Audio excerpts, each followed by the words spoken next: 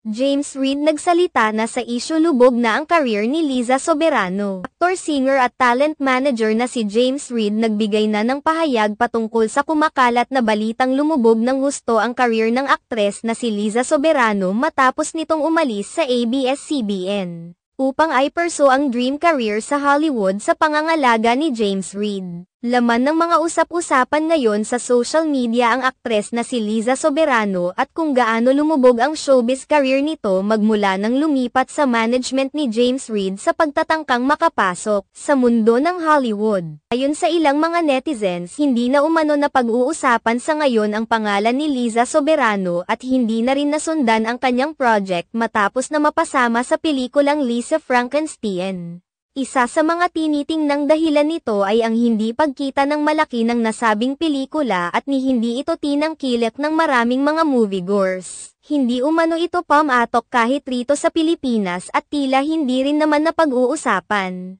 Sa kabila nito, mariin namang pinabulaanan ni James Reid ang lahat ng mga usaping ito at ibinida pa ang takbo ng showbiz career ngayon ni Liza Soberano sa Hollywood.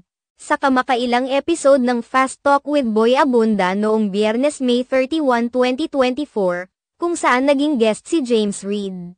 Sinabi nitong maraming mga projects na ginagawa ngayon si Liza Soberano pagkatapos ng pelikulang kinabibilangan nito na Lisa Frankenstein. Marami umanong mga ginagawang project si Liza Soberano sa ibang bansa at dito rin sa Pilipinas. Ibinida rin ni James Reid ang pagkaka-feature ni Liza Soberano sa isang lifestyle magazine.